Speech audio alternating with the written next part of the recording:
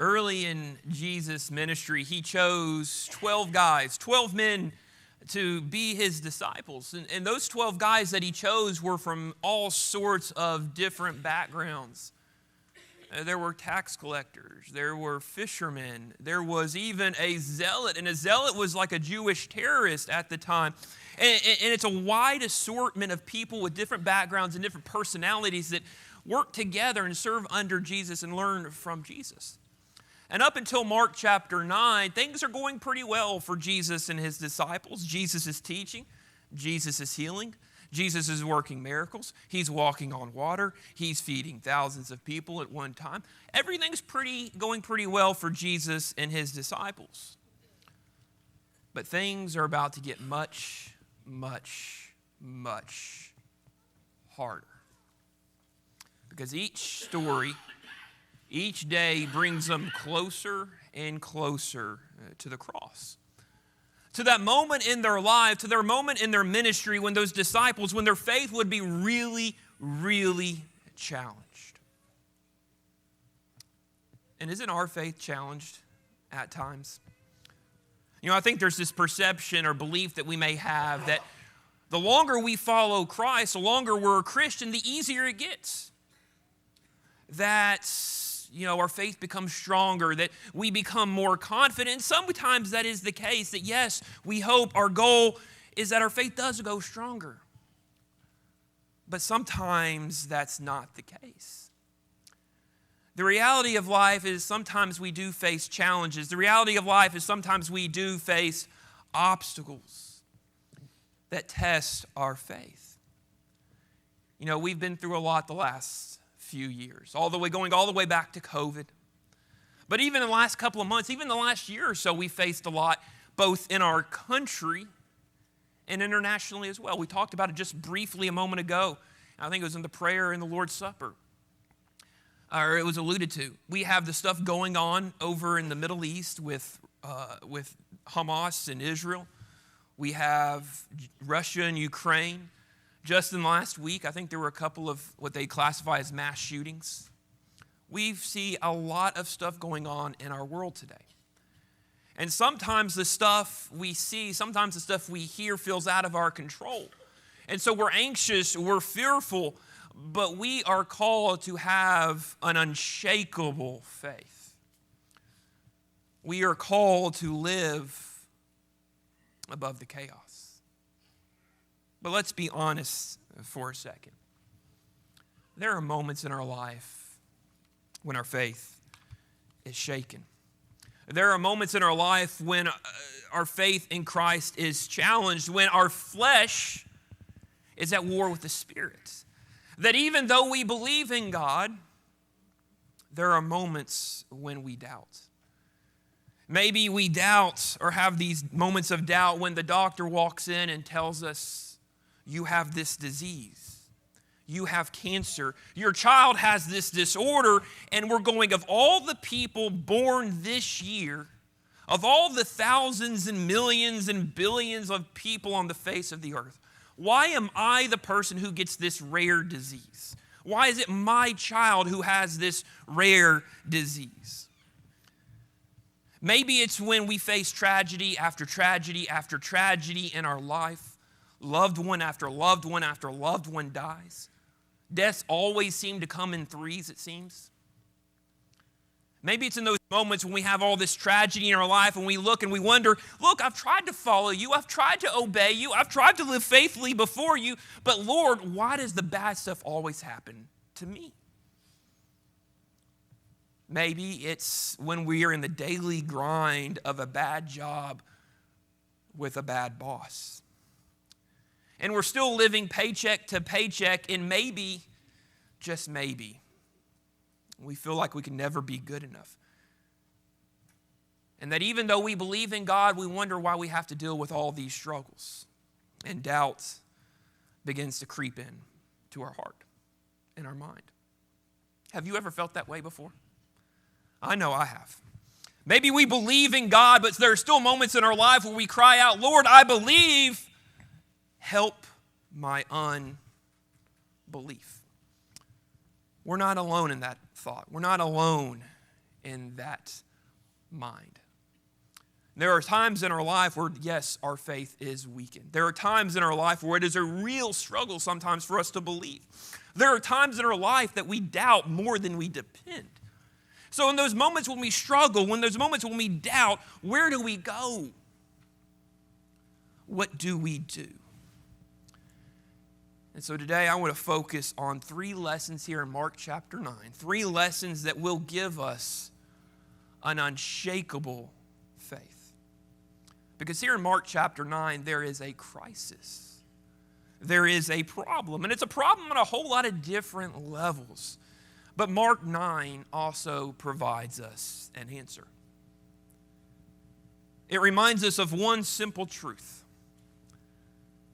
That it doesn't matter who we are, or where we're from, or what we do. We will never outgrow our need for Jesus.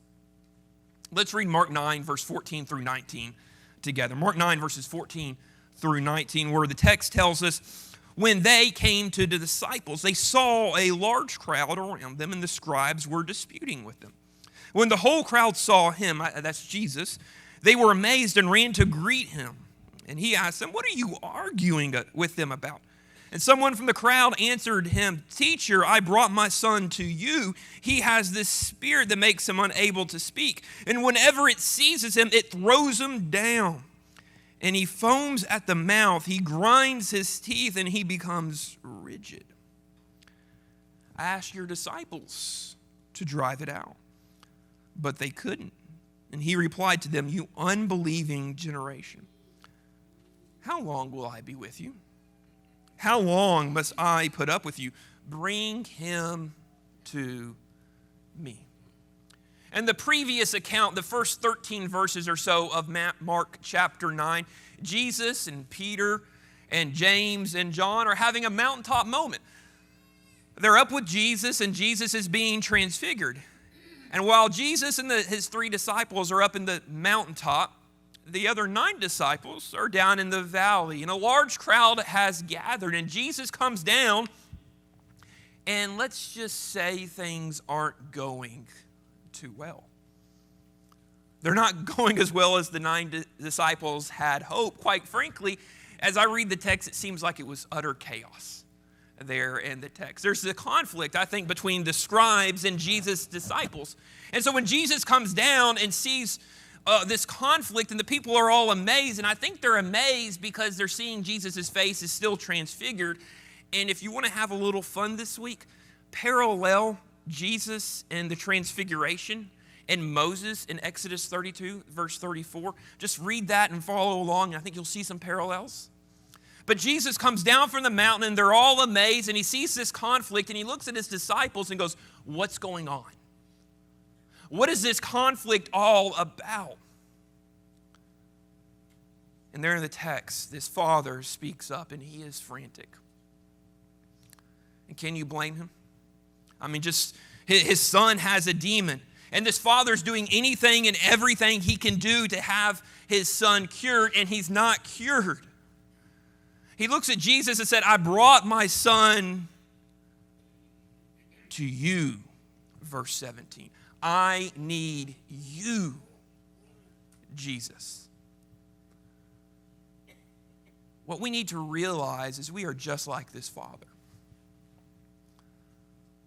When there is a crisis in our life, when there is a problem in our life, we need Jesus. That's the first lesson we can learn here in the text. That yes, we need Jesus when our faith is shaken. We need Jesus when there's a crisis in our life.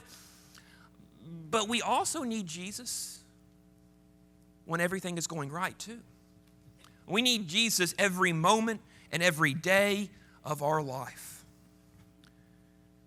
And there in the text, when this father comes to Jesus, you can almost hear the desperation in his voice. He knows what this demon has done to his son. He knows this demon, when it comes on his son, makes him rigid, and he starts to foam at the mouth. He begins to lock his teeth. And in verse 22, which we didn't read, it says that the demon has tried to throw his son into fire and water.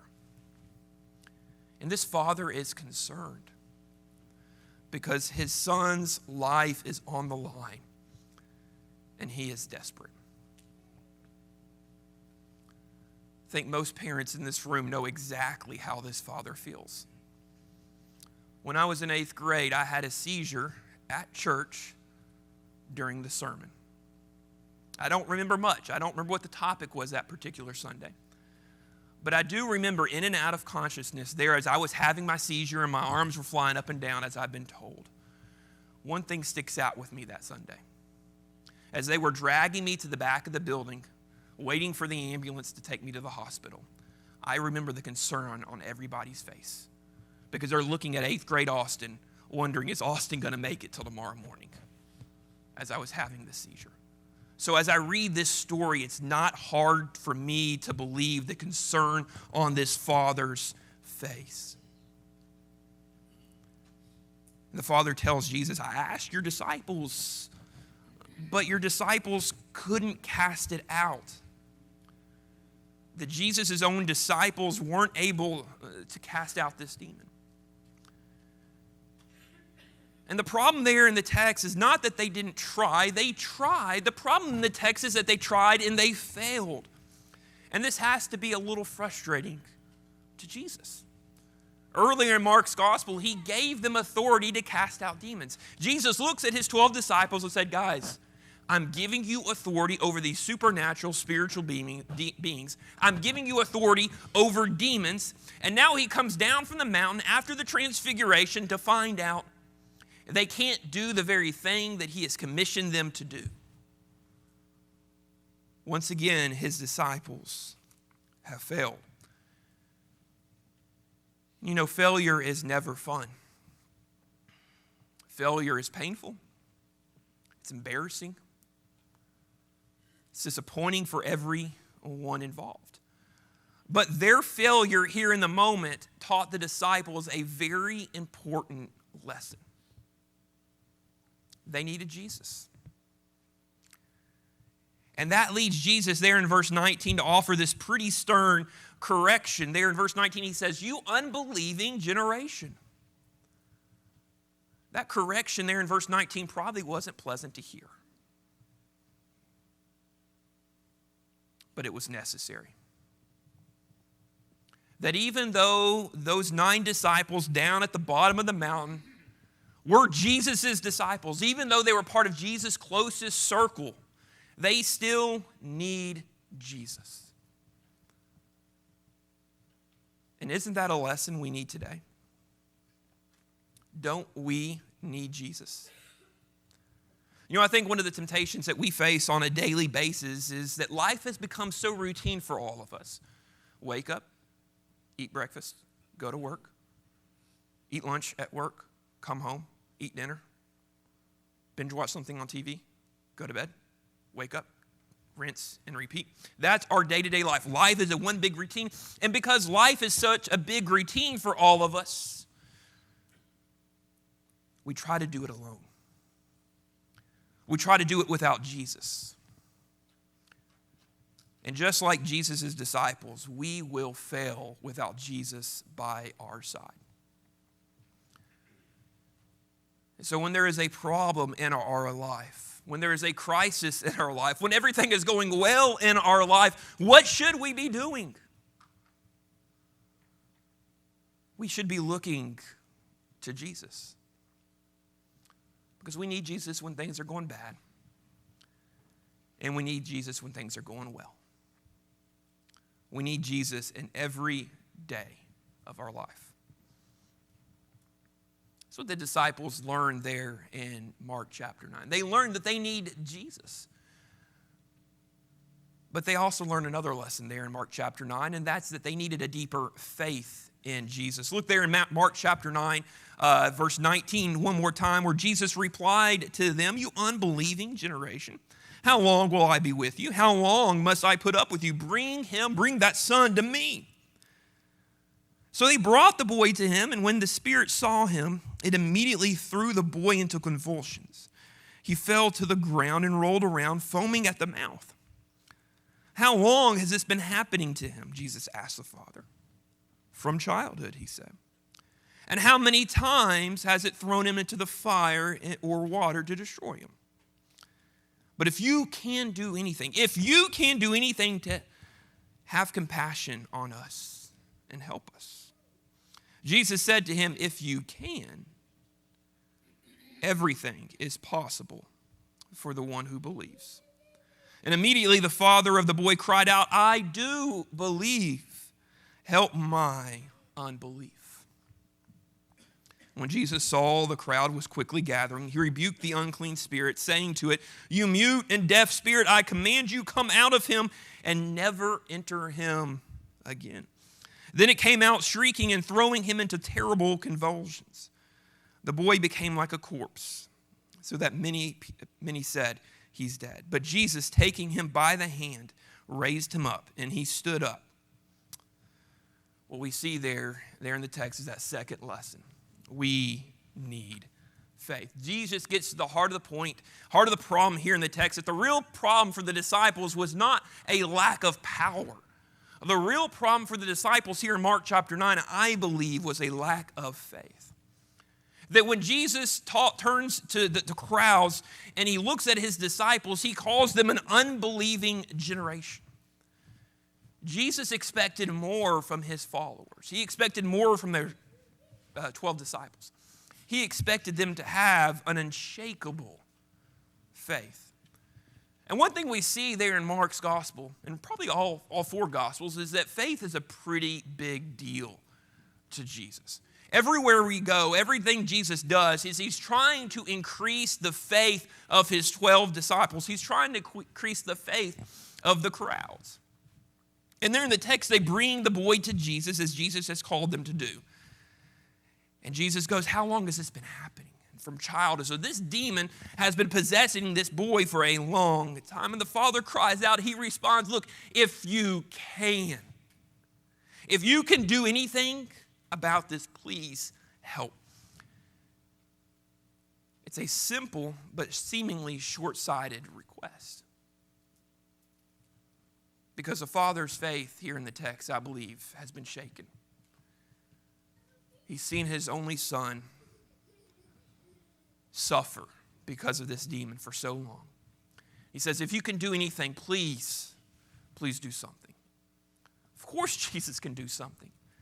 He's Jesus. He's the Son of God. Of course he has power over the demons. That's not the problem there in the text. The problem there in the text is not divine ability. The problem here in Mark chapter 9 is human dependence.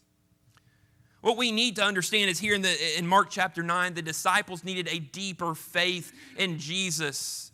This father needed an unshakable faith in Jesus. And there in verse 24, he cries out to Jesus, I do believe, help my unbelief. That's the desperate cry of a father with nowhere else to turn. I just love his honesty and humility in the moment. His son is suffering. His faith was weak, and he's not afraid to admit it. And he comes to Jesus for healing, but there's still this big, fat if in his mind. Have we ever felt that way before? Maybe felt that way and maybe been a little scared to admit it. Maybe we believe in God, but we don't have all the questions figured out. You know, too often in our lives, we look down on people who have deep, meaningful, honest questions about faith. We have a tendency to look down on them. And even sometimes to dismiss them for those questions. And sometimes we'll even do something or say something will push them away. But what we need to do here in the faith is exactly what Jesus does. Is we need to give them a reason to believe. We need to give them a reason to have an unshakable faith. There in the text, Jesus doesn't push this father away. He gives him a reason to believe. He rebukes the demon, draws the demon out, and sends the demon away. We need to have a faith that looks to Jesus. A faith that realizes that Jesus has the power to help in every situation. Does that sound like our faith at times? A faith that believes in Jesus, a faith that trusts God, but a faith sometimes where we get to the end of our rope and we don't know what to do. A faith that sometimes is shaken by this world. But it's in those moments when we are hanging on by a moment that we really need a deeper faith in Jesus. And sometimes it's those very sicknesses and financial troubles and relationship troubles that we're going through that make us realize that what we really need in this life is not more money. What we really need in this life is not perfect health. What we really need in this life is not a perfect relationship. What we really need in this life is a deeper faith in Jesus.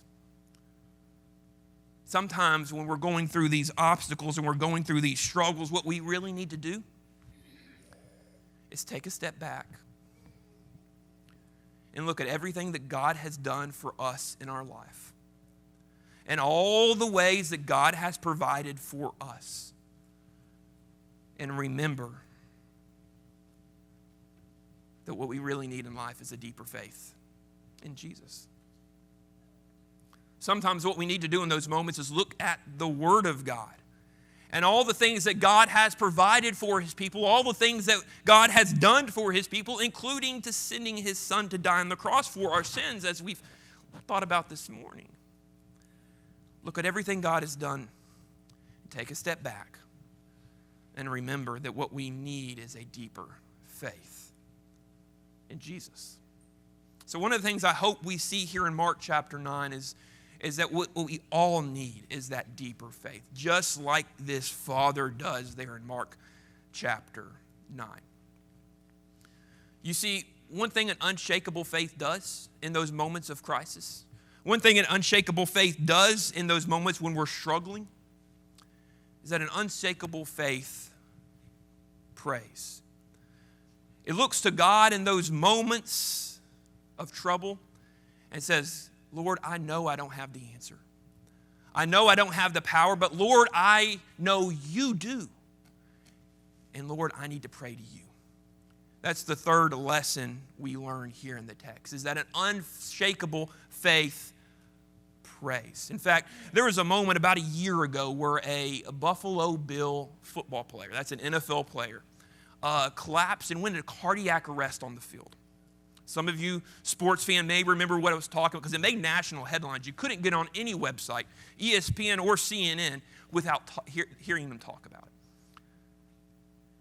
But what's so interesting in the moments in the days that followed, how so many football players, so many commentators recognized their need for prayer in that moment. In fact, one ESPN commentator in the days that followed prayed this prayer on ESPN, not exactly a bastion for religious programming there. He said there in the text, God, we come to you in these moments that we don't understand,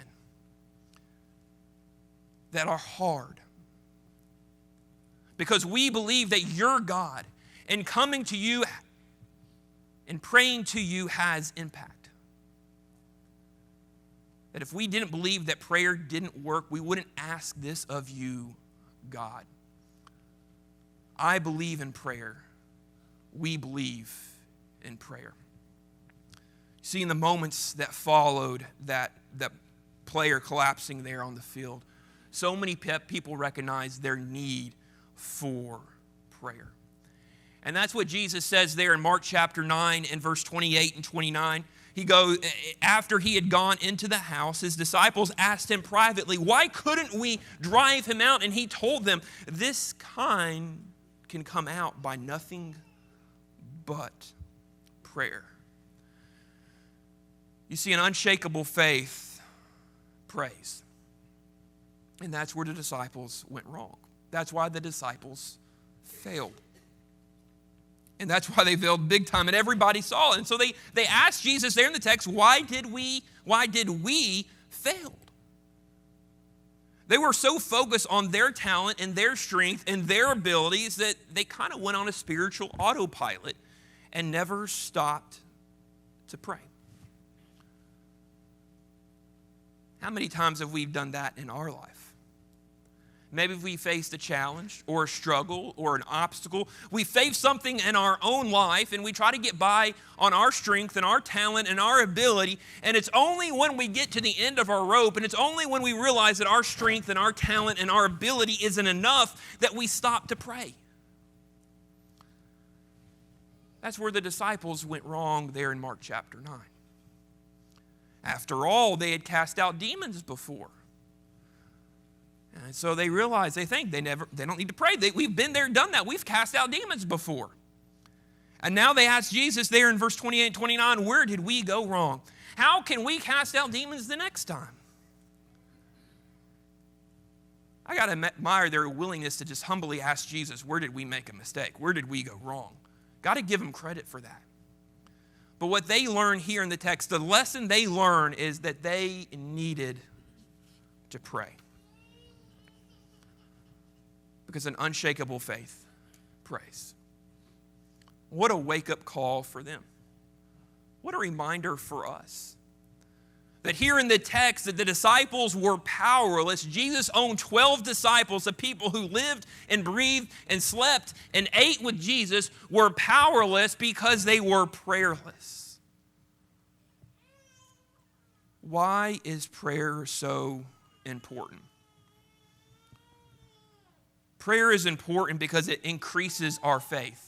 Prayer is important because it deepens our faith. Prayer is important because it reminds us that we can't do it alone.